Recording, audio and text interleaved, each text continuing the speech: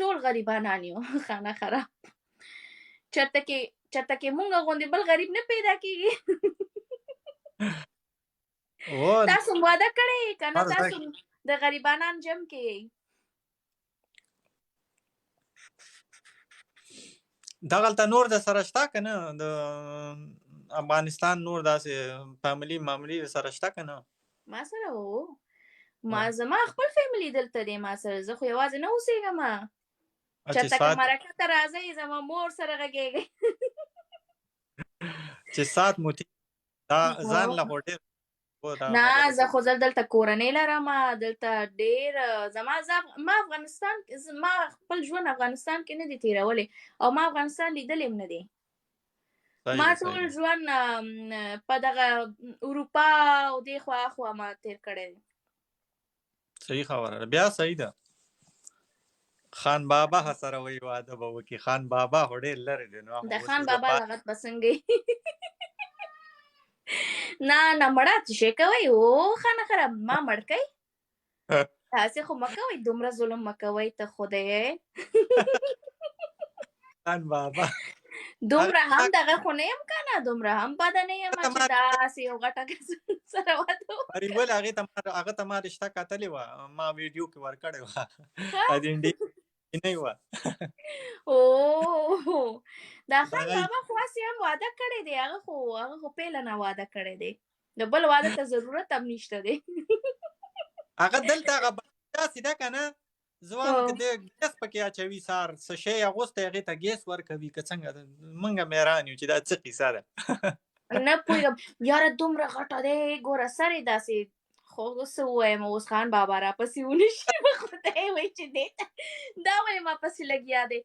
ګوره سر یې داسې دننه شوی دی په خودې د څنګه درته ووایم یو رقم دی په خدای. سړی چې وګوري یریږي.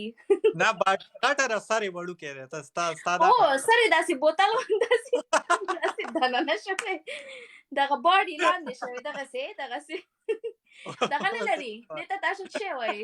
ګردن نه لري. په خدای ګردن نه لري. زه وایم که چېرته څه شی اغوستی دی هغې ته بیا ګیس ورکړی دی. داسې پړسېدلی دی په خدای. زه وایم یو چا به لاړی شي داسې څه ورته وایي سوي که نه، سوي واخلي دغسې یو ځل دغه کش وکړي چې دا څه شی دی، دې نه به څه شي هوا وځي. خان بابا وایي 4.5 کیلو ده.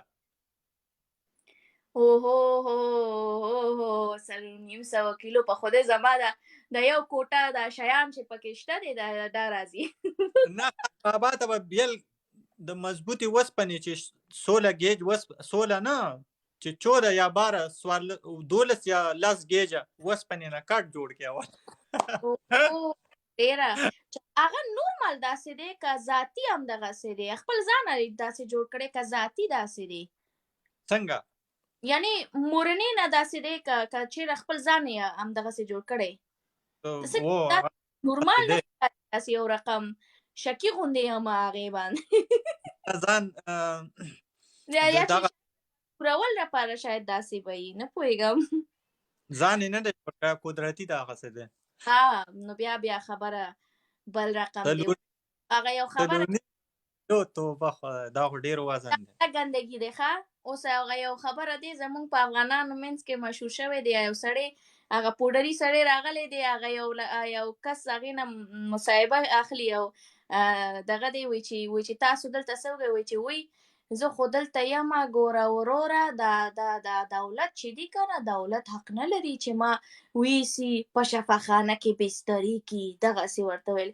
وایي چې څنګه؟ ویل چې ګوره یو ورځ زه ما زه دولت راغلی و نیشه کړی وم، نه پوهېږم هغه سوي هغه یو چیپ ورته والی و چې دا نیشه و چې بوتلې وم شفاخانې ته او دا نیشه چې لانه لاړو او سترګې داسې دغه کومه کلاوم چې ګورم چې په شفاخانه کې یم او دا شفاخانه لباس زما جامې دي او ما ویل دا ګندګي ته ګوره دا بله ګندګي ده دا بله ګندګي ده او په فارسي کې دی خو زه درته په پښتو کې ویم.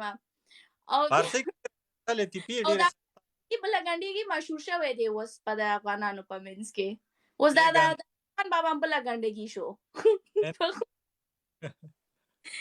او کنه تاسې ښایسته کمنټ کړی خو ما نه هېر شو اوس ورېږه د خان بابا بارک او 4.5 کیلو 4.5 کیلو یاره دا خو ډېر زیات وزن ده والله دا ډېر دی زما ګوره وزن مې زما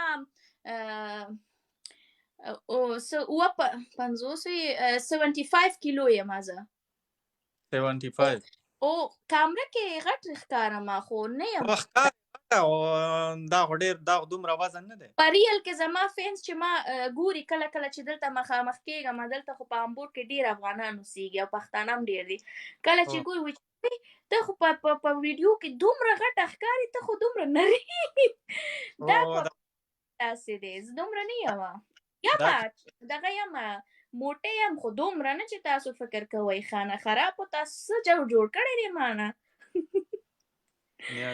په خدای نیازمینه سلامونه څنګه